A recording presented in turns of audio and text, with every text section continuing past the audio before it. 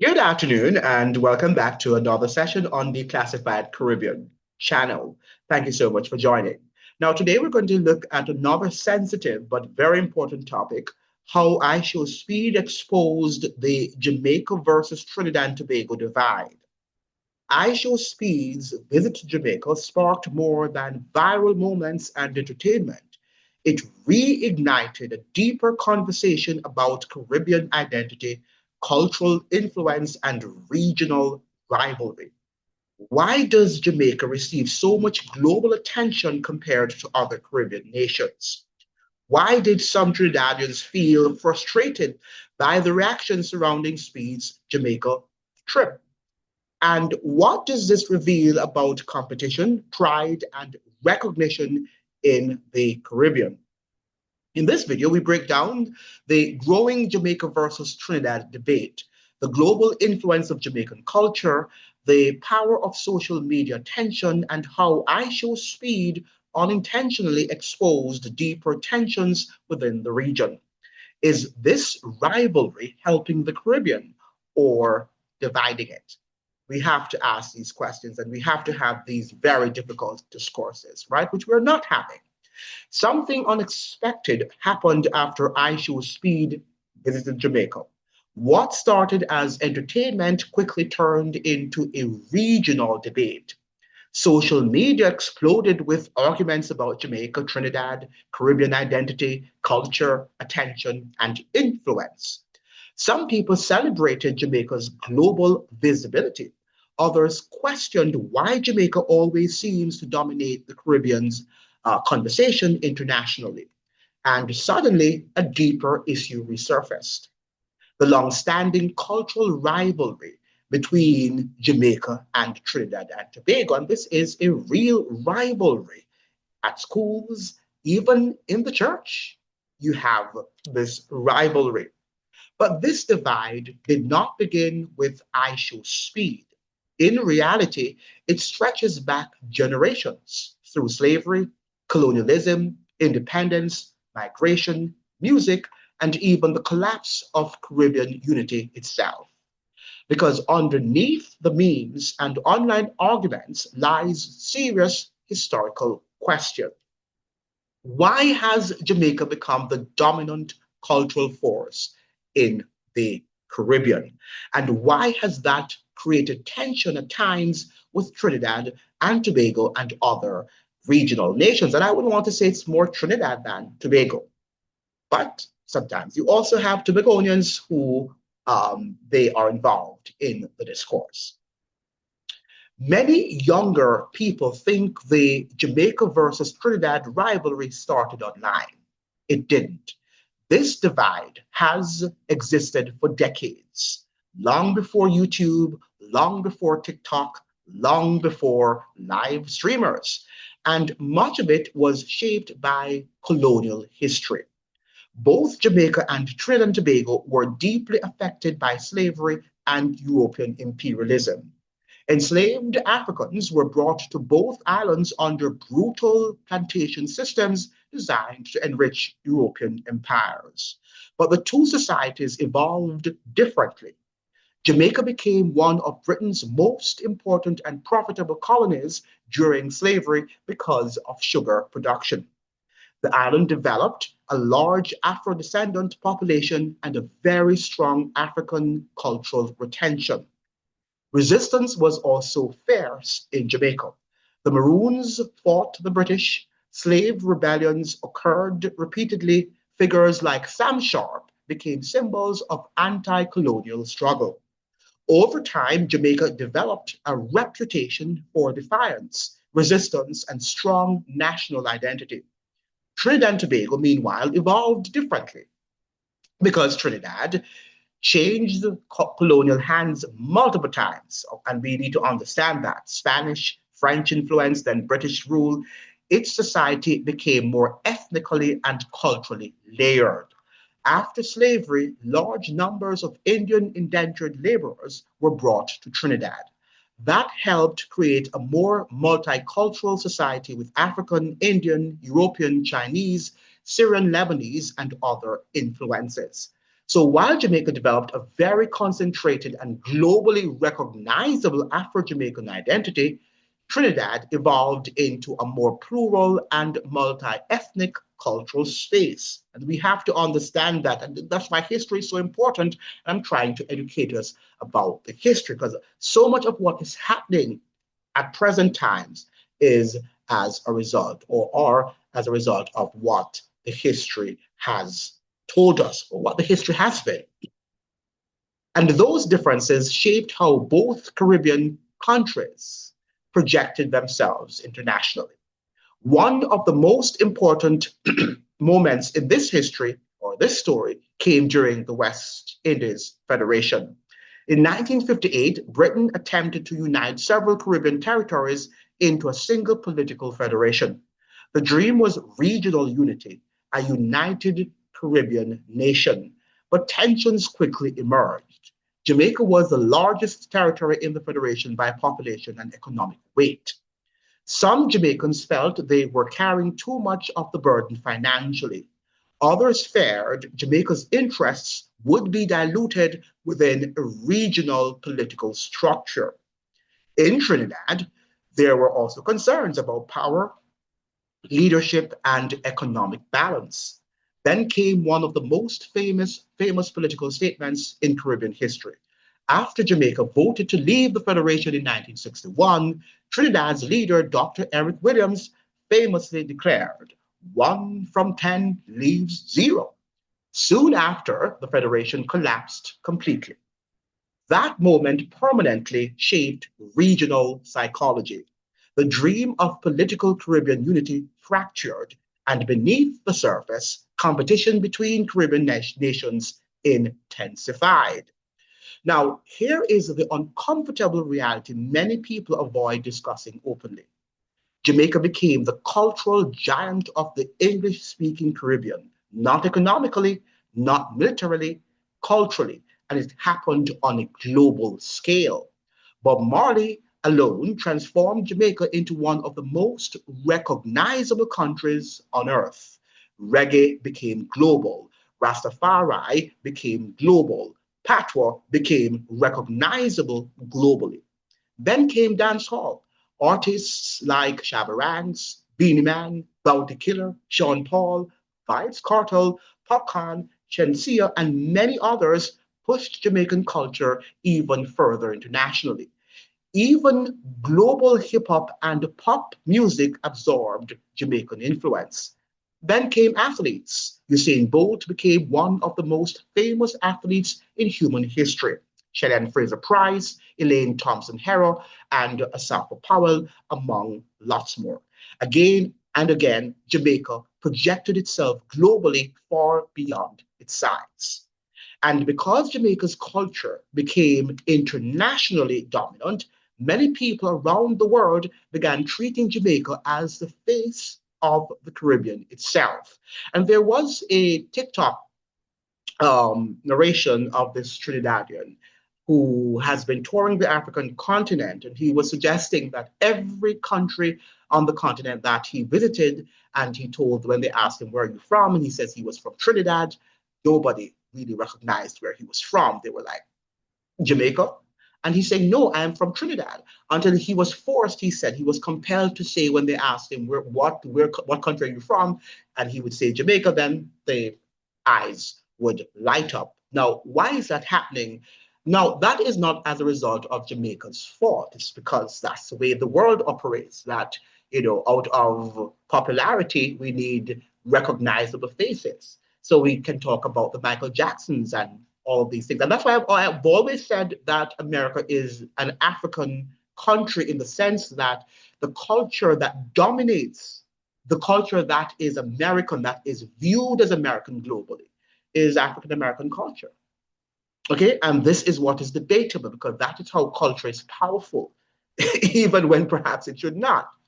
Okay, so it's not that Jamaica perhaps wanted to be dominant, it's just that it has a dominant culture. Just like the African Americans in the United States, have a dominant culture over the entire US culture. It is what it is, and we have to accept that. Is that fair? No, because we're not living in a world that is fair. It is what it is. That naturally created frustration in some neighboring countries, not necessarily hatred, but frustration, because Trinidad also made enormous cultural contributions. Trinidad and Tobago has one of the richest cultures in the Caribbean. I repeat that. Trinidad and Tobago has one of the richest cultures in the Caribbean. Carnival, soca, calypso, steel pan, and we talk about the is it kuchni or kutni music. The steel pan created in Trinidad is one, I think it's chutney, right? The steel pan created in Trinidad is one of the most important musical inventions of the modern Caribbean. Trinidadian artists, thinkers, and intellectuals have also shaped the region profoundly. And economically, Trinidad has often been stronger than Jamaica because of oil and natural gas resources.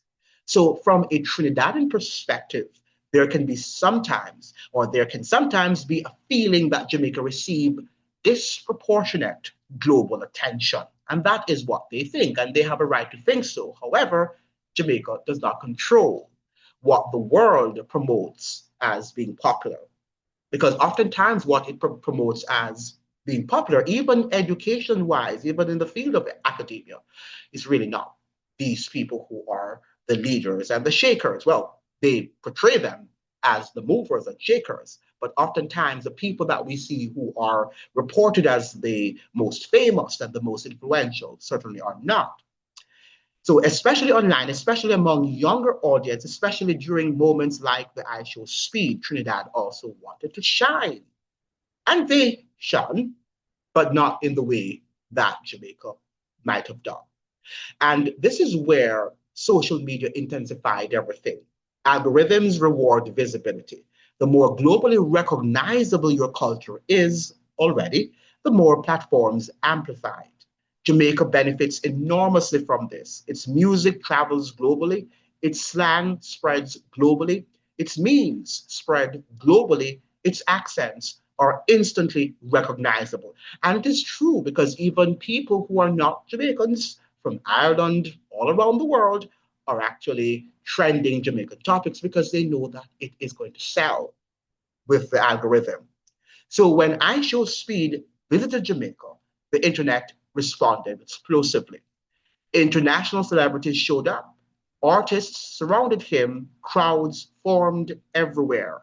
And for some people across the Caribbean, it reinforced a familiar feeling. Why does Jamaica always dominate the spotlight? But the truth is more complicated. Jamaica's influence did not happen accidentally. It was built over centuries through struggle, migration, music, athletic excellence and prowess, branding, and cultural export. Now, we're not suggesting that these are the things, and even though the island is popular, it means that it is successful. That's another discourse we need to have. Even though Jamaica might be globally more recognizable in the Caribbean, it does not mean that it is the most successful. And this we need to understand, and we need to have an open debate. And I should have an open debate about it in a subsequent video. Now, here is the bigger question. Should Caribbean countries even be competing like this? Because while Caribbean people argue online, larger global powers dominate economically and politically. The region remains vulnerable to foreign influence, debt dependency, brain drain, tourism dependency, and external economic pressure. Perhaps the real challenge is not Jamaica versus Trinidad. Perhaps the challenge is whether the Caribbean can ever truly unite culturally, economically, and politically while still respecting national identities. Because the world is changing rapidly, and small countries survive best when they cooperate intelligently. So, what do you think? Did I Show Speed accidentally expose a deeper Caribbean divide? And why has Jamaica become so globally dominant culturally? And can the Caribbean ever move beyond rivalry toward genuine regional unity? Leave your thoughts below. If you enjoyed this video, subscribe to of course, the Caribbean Declassified channel for more discussions on Caribbean politics, culture, history, and global affairs. And that is what we have. And remember, sometimes internet moments reveal historical tensions that have existed for generations. That we need to have these very complex discourses, conversations, which we're not having. They're so emotionally layered that we don't tend to have respectful conversations in this region. Okay, and we need to have them. As soon as we have them, then we are going to be able to progress. Okay, but we can't just think that, oh, this is happening overnight, because this has been an ongoing struggle, the struggle between these two major islands in CARICOM, in the Caribbean region, Trinidad and Tobago versus Jamaica. I've seen it in schools, I've seen it at the church level, I've heard many conversations in terms of, and most of it is rooted in ignorance. Most of this Trinidad and versus Jamaica rivalry is rooted in ignorance, a lack of appreciation of these two distinctive cultures and Caribbean identities, okay, on both sides. But I think that it is more so sometimes on the Trinidadian side, because many times Jamaicans hardly ever speak about Trinidadians. You don't expect that perhaps some of them are married to them, and if it's in the news and whatever, but it's hardly in, Trinidad is hardly ever in the discourses of Jamaica. Okay?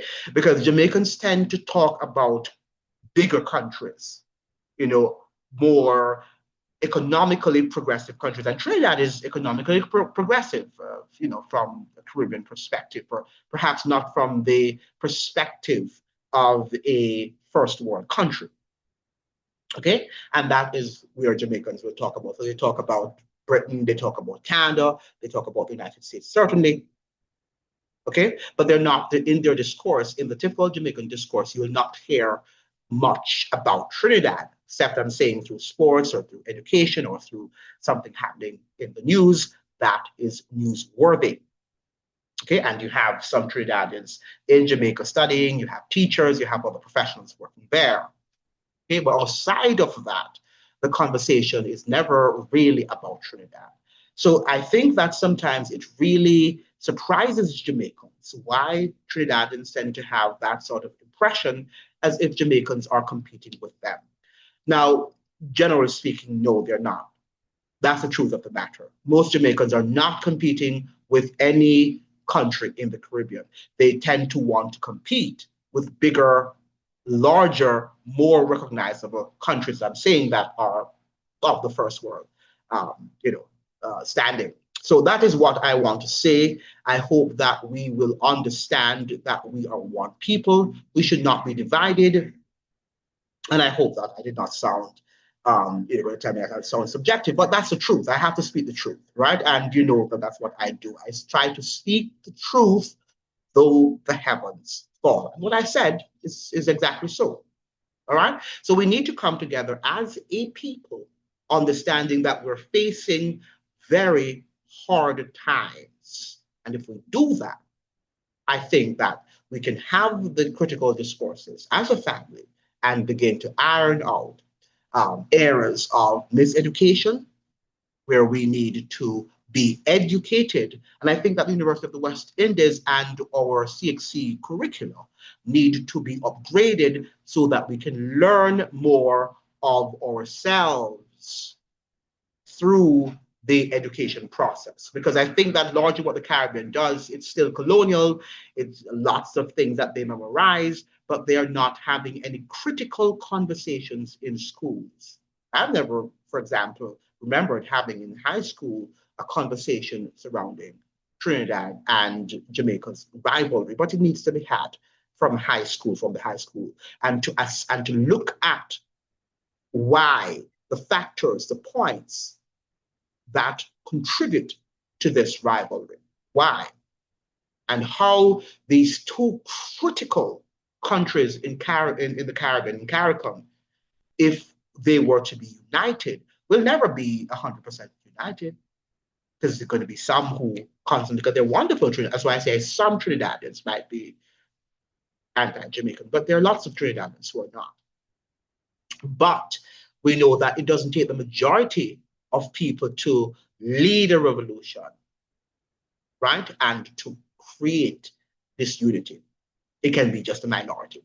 And based on what we're seeing on social media, it is getting nasty. This Trinidad Jamaican rivalry is getting nasty, and it needs to be controlled, and it needs to stop because it's not productive, it's not intelligent, it's just raw ignorance. And we need to stop it because it doesn't portray a good picture, a positive image of Caribbean peoples and their distinctive cultures. Thank you so much for joining.